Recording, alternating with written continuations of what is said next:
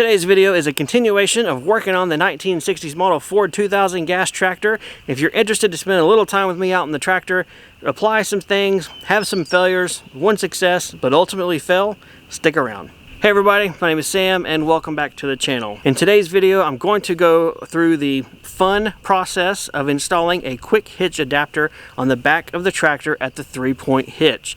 This is supposed to allow you to back up, connect to implements, swap them, and put others back on very easily. Let's go ahead and highlight that word supposedly, because yes, real life kicks in, a couple of days work happens, and I ultimately don't succeed. In case you're not familiar, the standard agricultural connection for your tractor and an implement you hook up behind it is known as a 3-point hitch. That basically means there are 3 points of attachment. You have 2 lower links down on the bottom, and you have 1 top link at the top. Between the 3 of them, it forms a triangle, and that top link, being adjustable in and out, allows you to tilt your implement up or down as need be. In addition, most tractors will have an adjustable lower link. One or both of them will have an adjustment to raise them and lower them, either together or separate, and that allows you to tilt your implement. So between those 3, you have full control with raising and lowering your implement, tilting it from front to back and side to side. So the technology and design is great. However, the problem is when you go to connect your implements. You will have problems with lining it up. You've got to back your tractor right dead on with those lower links. Those arms have to slide over the pins, connect on your implement, then your top link has to connect, and it can be pretty problematic, especially if you're trying to do this by yourself. In my case, this Ford tractor is gear driven, has a standard clutch and drive. It is not hydrostatic, it is not shuttle shift, so it is basically all or nothing. You're either going or you're stopping. That tends to make hooking up implements pretty difficult and not something that I enjoy doing. That's why most of the time you'll see one implement on an older tractor and you don't change it out that much. The first thing to do is disconnect my rotary cutter from my tractor so I can put the quick hitch in between the 2. There is a certain procedure that you disconnect 3-point implements with, and I want to run through that really quick with you guys. For disconnection, top link is the first thing to do. Loosen your adjustable top link, pull the top pin out and secure it out of the way. After that, disconnect your lower arms. If you're connecting equipment, you do your lower arms first, then you do your top link. It's important that you do it in that order so that you don't hurt yourself. These implements can be under a lot of tension and there is a lot of weight back here. So one pin taken out at the wrong time could mean boo-boo town for you. Alright, step 1 is to loosen my adjustable top link. Right now it is tight, it is under tension. This pin does not move. So I'm going to rotate this to loosen it. Just enough to have the slack. Pull out the cotter pin and then take my hitch pin out. Now this can be stored out of the way. Now that the top link is unhooked, I'm going to take out the pin of my lower arm and I can pull this to the left to slide it off this pin. I repeat the procedure for the other side of my lower arm. Now what you're seeing here is a black bar. This is something a little bit different.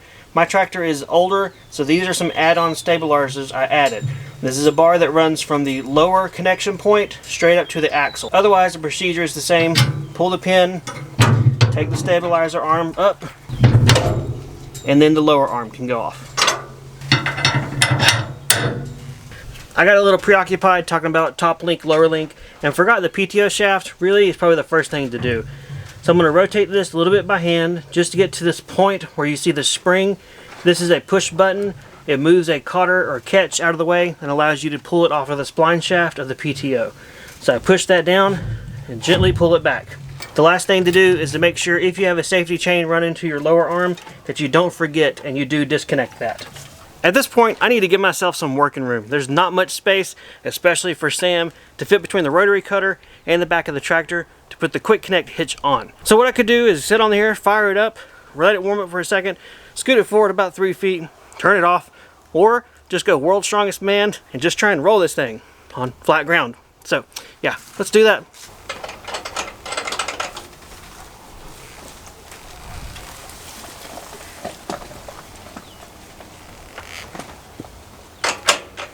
Much better.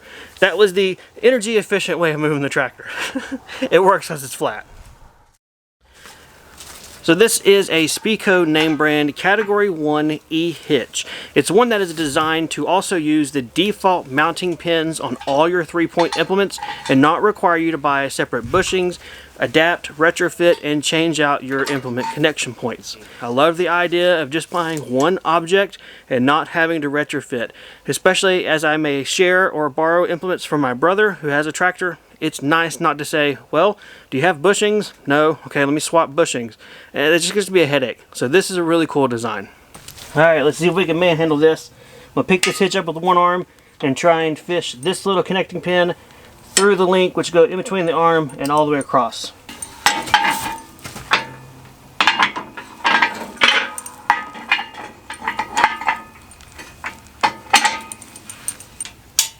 Okay, alright, okay. That wasn't terrible. Let's see if I can show you guys this other one though.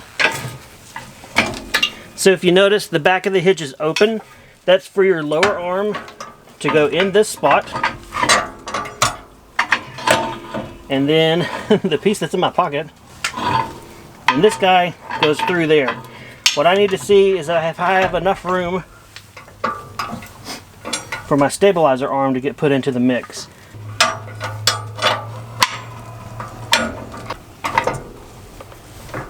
Alright, that's not going to fit as it is. I wonder if I can use a hitch pin instead.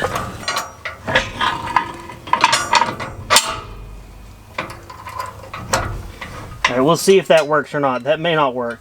I am deviating from the original design, that's for sure. Last thing to do is get my top link and hook it up just as I would with any other implement.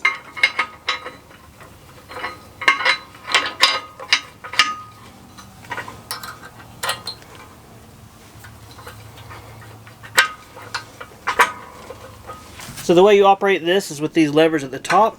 As you pull this over, you'll see that little wedge lock connector go in. Simply flip your handle over this way, back up to your implement, hook up, and then to lock it in place, you do that. It's very similar to a skid steer quick attach kind of design. I mean, not exactly, but it's kind of the same concept. One lever locks over a little locking tab or pin. That's it. I mean, hey, pretty cool. So obviously I've deviated from the expected ways of operation by installing my stabilizer arm on the outside and changing out the default pin with a hitch pin. I don't know if that's going to work or not. I don't know if it's going to come back to bite me. Modern tractors don't have the kind of long stabilizing arms like I've had to put on this old Ford. This is from the 60s. I think it's a 64 or 67, and it's an old one. So I'm already retrofitting it with add-on stabilizers that modern equipment and modern implement manufacturers are not really working around usually. That being said, hopefully it does work, but the proof is going to be in the pudding of starting the tractor, backing up to the rotary cutter, lifting my PTO, and seeing if it hooks up onto the rotary cutter. I am most skeptical about that top hook because the way this rotary cutter is designed, there is a square tube right below where the top link pin is.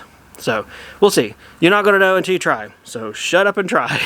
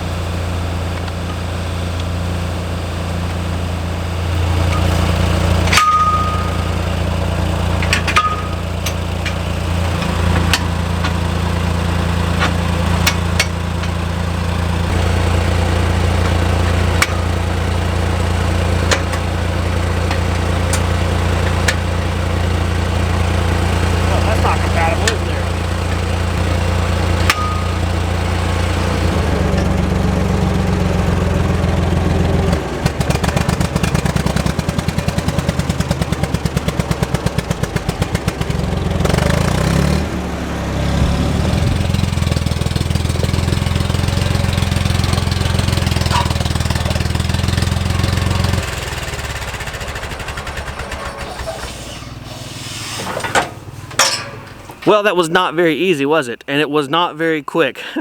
So I want to do a little bit of reading and looking up some things online tonight. I will see you guys in literally just like 1 second. It'll be tomorrow for me, but I want to do some research before I say what I want to say. I'm gonna make sure it's right. See you tomorrow. Like I said, I took last night to do a little research, watched a lot of YouTube videos, and then looked up each of my implements and this quick hitch one last time. As you guys saw, I was really struggling with the connect and disconnect. The whole quick hitch portion of this wasn't really jiving with me last night. As soon as I came out here today, I immediately saw what my problem was. And this is amazing. It's a prime example of why when you hit a wall, just walk away. Just walk away and come back. Because you may just come out here, look at it, and think, wow, I was an idiot. So what we have here is my King Cutter rear scrape blade. This is one that I picked up from Rural King locally when we first moved out here. And yes, I got blue to match the Ford tractor. This scrape blade is sold and advertised as being quick hitch compatible, which was throwing me for a loop because last night I had no luck with that. After looking at it today, it is very, very clear and obvious. Where I was used to connecting my top link is not what you use with a quick hitch. If you look literally right below that spot, there is a nice big chunky monkey bushing, perfectly sized, perfectly located for your top link hook to go. There you go. Wow, it took more than it should have for me to figure that out.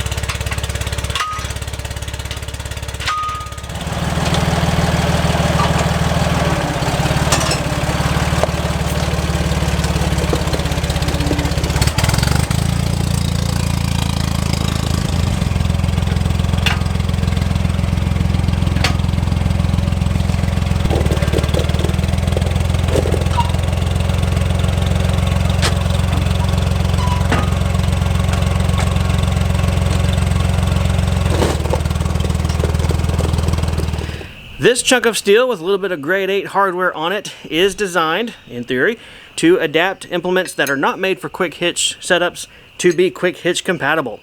This part goes in the implement where your normal top link connection would go, and you're left with this bar floating out here with 2 adjustment points. In theory, you back up to your implement, your bottom hook hooks where it goes, the top one latches in here, and up and away you go off into the sunset victorious. So let's go ahead and try it out.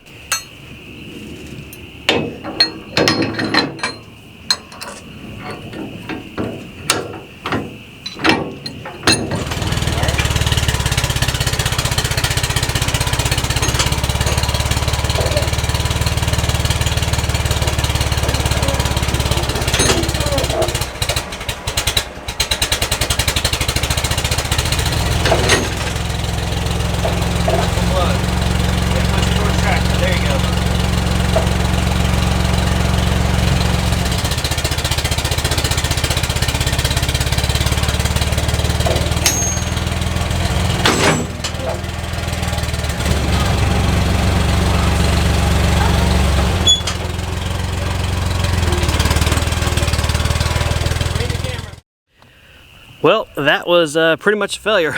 That adjustable quick hitch adapter didn't work. It just added more problems to the mix. It added another pivot point on a system that already has pivot points built into it with the rotary cutter, and I don't see a way to fix this. So I'm gonna leave this video at this point. I don't have a fix for it. So far, I feel like the quick hitch was not worth my while because my rotary cutter is not quick hitch compatible. I've taken a few minutes off camera to really study what's going on, what's going wrong, and how I might be able to fix the situation. I have an idea, but I'm going to bounce it off of Angela's dad, who is a very good metal fabricator and welder. I think what's in my head may work, but he will for sure be able to tell me yes or no. What I've got to do though does involve cutting some thick gauge steel and welding. So I need to gather some tools and accessories in the meantime to actually tackle that job. But there's also some other things on this tractor that are broken that needs touch-up welding as well. That should be interesting. I am not a real welder. So that's going to be the next video, I suppose. Fun with welding. Here's a quick disclaimer. I don't know that I'm going to fix this hitch problem before the next video. I have other parts and other things that I want to do to the tractor. This hitch doesn't have to be fixed for, so things may be out of order. Ignore whatever Sam just said. Life is going to happen. Life will find a way. So just don't fuss at us too bad if what I said is going to be next really is not next. In the meantime, between now and then, if you happen to have this Agri X 5-foot rotary cutter and you have a Speeco quick hitch or another model, they're pretty similar, please let me know if you got it to work. What did you have to do? I would love to find out and know. Hopefully you guys enjoyed this video. If you're here at this point, I think you probably did. Don't forget to leave us a thumbs up. If you're new to the channel, not really figured out what we're about, we're just some regular people sharing real life experiences out here on our property as we build it from scratch to become what we call our forever homestead. We have fun, we have success, and yes, we even have failures. Otherwise, appreciate you guys watching as always. Got any questions or comments? You know what to do. Take care, and I'll see you guys next time on the homestead.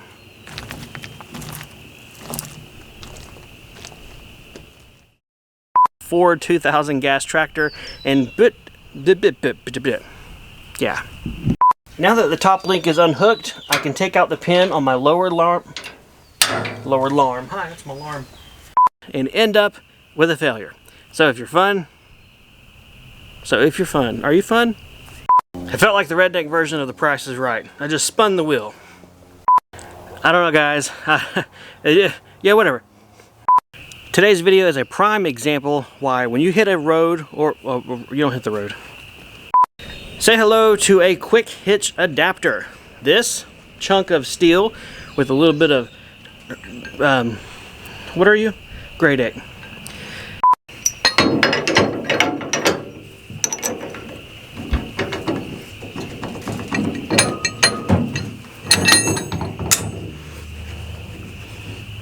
Ain't nothing ever easy, huh? Elijah, this is a good lesson, son. Nothing is ever easy or goes to plan. This should just pop right in there. Let me get a longer hitch pin. Pause.